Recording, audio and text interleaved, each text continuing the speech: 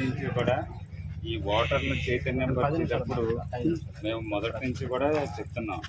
Doctor BR Ambedkar గారు మన రాజ్యాంగంలో ప్రతి ఓటర్కి కూడా అతి సామాన్యుడు కానీ అతి నిరుపేదకు కానీ ఓటు అనే ఒక అమూల్యమైన హక్కునిచ్చి మన భారత ప్రధాని అత్యున్నతమైన వాళ్ళందరినీ కూడా ఎన్నుకోవాలంటే కనుక ప్రతి వాళ్ళ యొక్క ఓటు హక్కుని కుల వర్గ భేదాలు లేకుండా వాళ్ళు దళితులా లేకపోతే కనుక గొప్పోడా అనే లేకుండా ప్రతి ఓటుకి నా ఓటుకి ఎంత విలువ ఉందో అలాగే ఈ దళిత వాళ్ళలో ఉన్న ఎవరైతే ఉన్నారో వాళ్ళ ఓటుకు కూడా అంతే విలువ పెట్టారు. కాబట్టి మీరందరూ కూడా ఈ ఓటు హక్కుని అందరూ కూడా సంపూర్ణంగా వినియోగించుకోమని ప్రతి గ్రామాన వీధిన మేము ఫస్ట్ నుంచి కూడా డే 1 నుంచి ఇదే చెప్పడం జరిగింది. మరి ఇటువంటి సంఘటన ఇక్కడ జరగటం అన్నది చాలా దురదృష్టకరం. ఎందుకంటే మీరు ముందే చెప్పారు, మీరు లాండ్ ఆర్డర్ సంఘటిస్తాం డెఫినెట్గా ఒక అడుగు మీరు తగ్గారంటే కనుక అది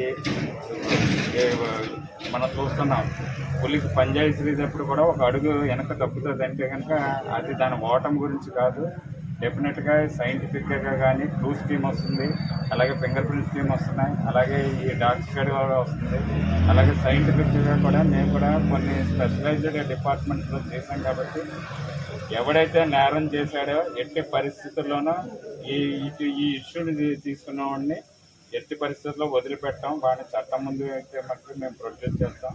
అదేవిధంగా ఇక్కడ మీకు సిఏ గారు ఉండటం కూడా గాడ్ గ్రేస్ ఇది. ఎందుకంటే ఆయన ఉన్న ఏరియాలో ఈ సంఘటన జరగటం చాలా నేను తెలిసిన వెంటనే ఎప్పటి నుంచి మదన పడుతున్నాడు.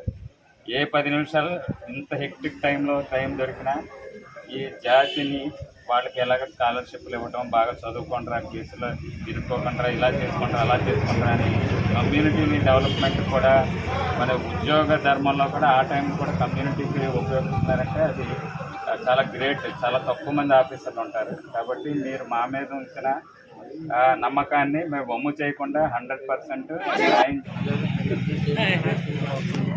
ఓవరాల్ కోసం మళ్ళీ సీసీ కెమెరాలు ఫుటేజ్లు కూడా వెరిఫై చేయడం, టెక్నికల్ అసెస్మెంట్ కూడా తీసుకున్నాం.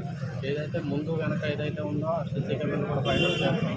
ఇక్కడ కూడా ఈ టెక్నికల్ కూడా టవర్ లైన్స్ కూడా తీసుకున్నాం. టవర్ లైన్స్ ఏం జరిగింది కాల్స్ ఏమంటే కూడా వెరిఫై చేస్తాం.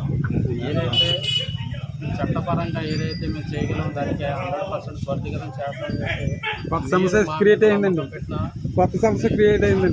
మీరందరికీ ఖచ్చితంగా మీ నమ్మకాన్ని అమలు చేయకుండా ఖచ్చితంగా న్యాయం చేస్తామని చెప్పేసి మీ అందరికీ